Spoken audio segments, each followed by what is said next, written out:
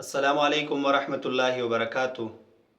آج ہم انشاءاللہ اس موضوع پر بات کریں گے کہ کسی کو قرآنی آیات احادیث مبارکہ میسج کے ذریعے واٹس ایپ کے ذریعے بھیجنا جائز ہے کہ نہیں، اور اگر جائز ہے تو کیا جب ہم کسی کے پاس قرآنی آیات اور احادیث مبارکہ بھیجتے ہیں یا ہمارے پاس اس طرح کے میسیجز آ جاتے ہیں تو ان کو ڈیلیٹ کرنا، موبائل سے ہٹانا یہ جائز ہے کہ نہیں۔ اس موضوع پر بات کرنے کی ضرورت اس لیے پیش آئی کہ ایک وائس میسج چل رہا ہے، اس میں یہ بات بتائی گئی ہے کہ آپ کسی کو بھی قرآنی آیات اور احادیث مبارکہ نہ بھیجیں، کیونکہ لوگ قرآنی آیات اور احادیث مبارکہ کو ڈیلیٹ کرتے ہیں۔ اور اس میسج میں یہ بات بتائی گئی ہے کہ حدیث میں آیا ہے کہ قیامت کے قریب لوگ اپنے ہاتھوں سے قرآنی آیات کو مٹائیں گے۔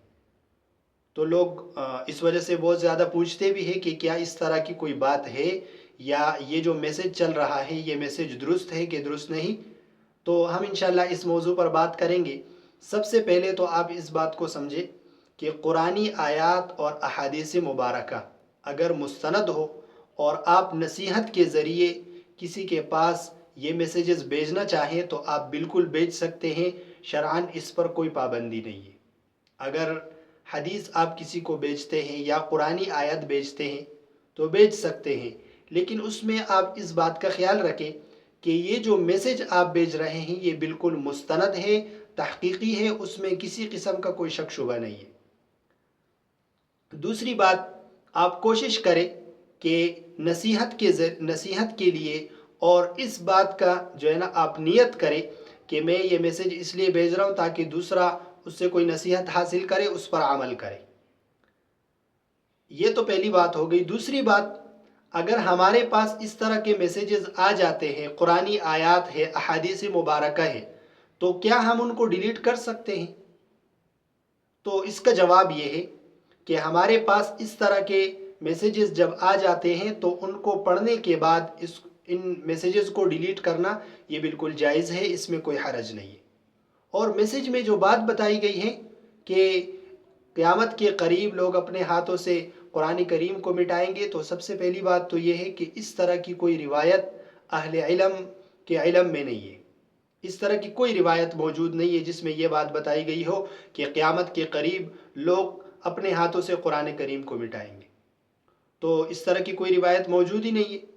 البتہ روایت میں یہ بات آتی ہے کہ قیامت کے قریب، یہ قیامت کے علامات میں سے یہ ہے کہ اللہ تعالیٰ قرآن کو لوگوں کے دلوں سے اور مصاحف سے اٹھا لیں گے۔ وہ ایک الگ بات ہے، وہ قیامت کے علامات میں سے ایک علامت یہ بتائی گئی ہے کہ اللہ تعالیٰ قرآنی نقوش کو مصاحف میں سے، یہ جو قرآن کریم ہمارے پاس موجود ہے ان میں سے، اور لوگوں کے دلوں میں سے اٹھا لیں گے۔ تو آپ قرآنی آیات میسیجز کے ذریعے، واٹس ایپ کے ذریعے بھیج بھی سکتے ہیں، اور جب آپ کے پاس یہ میسیجز آ جائیں ان کو پڑھنے کے بعد اور ان سے نصیحت حاصل کرنے کے بعد آپ ان کو ڈیلیٹ بھی کر سکتے ہیں۔ اس طریقے سے نصیحت کے غرض سے آپ کسی کے پاس بھی یہ میسیجز بھیج سکتے ہیں۔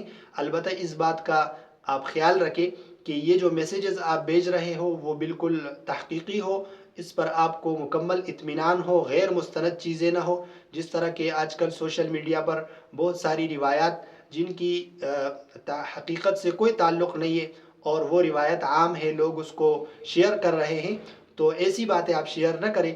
باقی احادیث مبارکہ، قرآنی آیات آپ موبائل میں رکھ بھی سکتے ہیں اور پڑھنے کے بعد ان کو ڈیلیٹ بھی کر سکتے ہیں۔ نصیحت کے لیے آپ کسی کے پاس آگے بھی ان میسیجز کو بھیج سکتے ہیں۔